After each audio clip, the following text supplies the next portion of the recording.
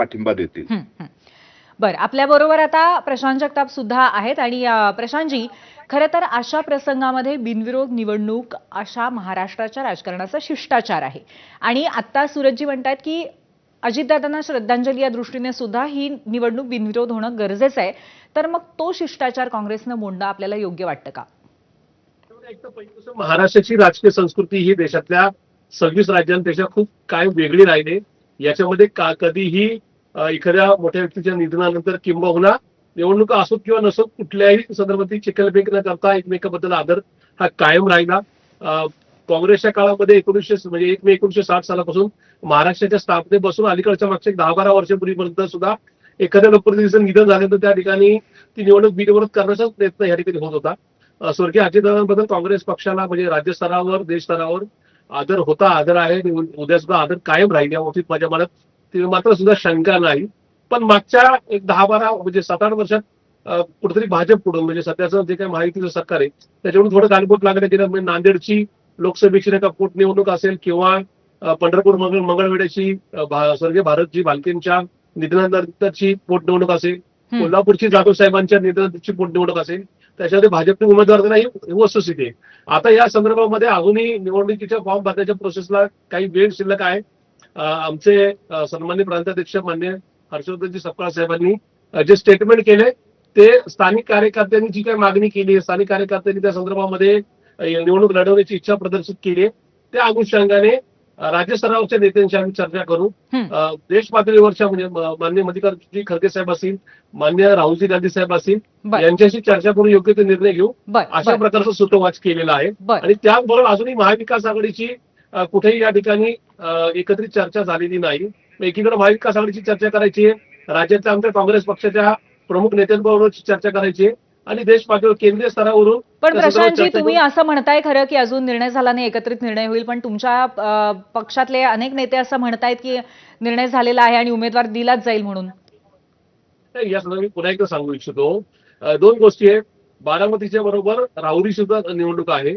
एकीकडे इथं स्वर्गीय अजितदादा नेतृत्व करत होते त्या बारामतीचं, पण राहुरीमध्ये या ठिकाणी पूर्वीच्या काळात म्हणजे काँग्रेस राष्ट्रवादीची 1999 सालापासूनची जी काही एकूणच आघाडी राहिली आणि नंतर महाविकास आघाडी, याच्यामध्ये जो मतदारसंघ ज्या पक्षाच्या वाटेला गेला त्या ठिकाणी आपला उमेदवार द्यायचा नाही हाच प्रघात किंवा हीच परंपरा कायम राहिलेली आहे. पण या ठिकाणी राहुरीला कदाचित राष्ट्रवादी काँग्रेसमध्ये शरदचंद्रजी पवार पक्ष. बघा प्रशांतजी, तुम्ही पुन्हा पुन्हा मान्य करताय की आपल्याकडे हा प्रघात राहिलेला आहे, पण त्याचबरोबर मुलाखती सुरू आहेत असं सुद्धा अगदी स्पष्टपणे सांगितलं जाते पक्षाकडनं.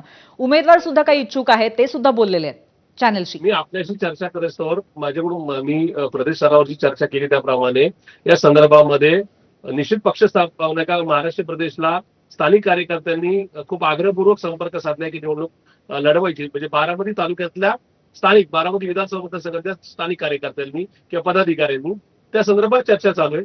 अजूनही आमच्या राज्य स्तरावरच्या सगळ्या नेत्यांच्या या ठिकाणी म्हणजे एकत्रित बैठक होईल, कदाचित झूम कॉलवर होईल, कदाचित फोन कॉलवर होईल, कदाचित प्रत्यक्षात. बरं, तुम्हाला काय वाटतं की उमेदवार द्यायला पाहिजे की नाही या संदर्भामध्ये? बऱ्याच गोष्टी, कारण की याचा बारामतीच्या निवडणुकीचा संबंध अर्थार्थी राहुरी विधानसभा मतदारसंघामध्ये आहे. तिथं राष्ट्रवादी काँग्रेस पार्टी शरदचंद्रजी पवार पक्ष. प्रशांतजी, तुम्ही नेता म्हणून, काँग्रेसचे नेते म्हणून आणि तुम्ही व्यक्तिशः, 2 वेगळ्या भूमिका, म्हणजे 2 वेगळे कॉन्टेक्स्ट आहेत तिकडे, आणि तुम्ही खूप काळ काम केलेलं आहे अजितदादांबरोबर, त्यामुळे थेट हातचं राखून न बोलता तुम्हाला काय वाटतं, उमेदवार दिला पाहिजे का? हातचं राखून ठेवण्याचं काही कारणच नाही. त्याच्यामध्ये मी पुन्हा एकदा सांगू इच्छितो की म्हणजे मी माझ्या वैयक्तिक पुरती किंवा नुसतं नका या निवडणुकीपुरती भूमिका सादर करताय. मी माझं मत तुमच्या समोर ठेवत आहे. मी किंबहुना मागचा सुद्धा इतिहास तुमच्या समोर ठेवला की या राज्याचा प्रघातच खूप चांगला होता.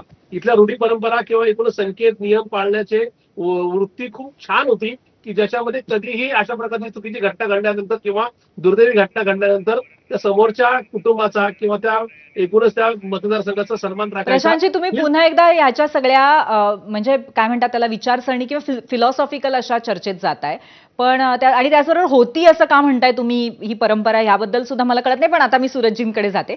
सूरजजी, बरं बोला प्रशांतजी, बोला. नांदेड लोकसभेची पोटनिवडणूक असेल, त्याचबरोबर कोल्हापूर शहरातली पोटनिवडणूक असेल विधानसभेची, आणि पंढरपूर मंगळवेढ्याची पोटनिवडणूक असेल, याच्यामध्ये भाजपने तो नाही का एक नियम तोडला, हा त्याच्यात दाखला तुम्हाला दिला. याच्यामध्ये बारामती विधानसभेच्या निवडणुकीच्या संदर्भात अजूनही आमचा उमेदवार जाहीर झालेला नाही. मी पुन्हा एकदा सांगू इच्छितो, मी प्रदेश स्तरावर चर्चा करूनच आपल्याशी आपल्या बरं. माध्यमातून ठीक आहे प्रशांतजी, दर्शकांचे तुमचा नक्की या मागचा विचार सगळ्या पातळीवरती कळलेला आहे. सूरजजी, एकंदरीत ह्या सगळ्या ह्याच्यामध्ये महायुतीबद्दल असलेला अविश्वास हा जास्त महत्वाचा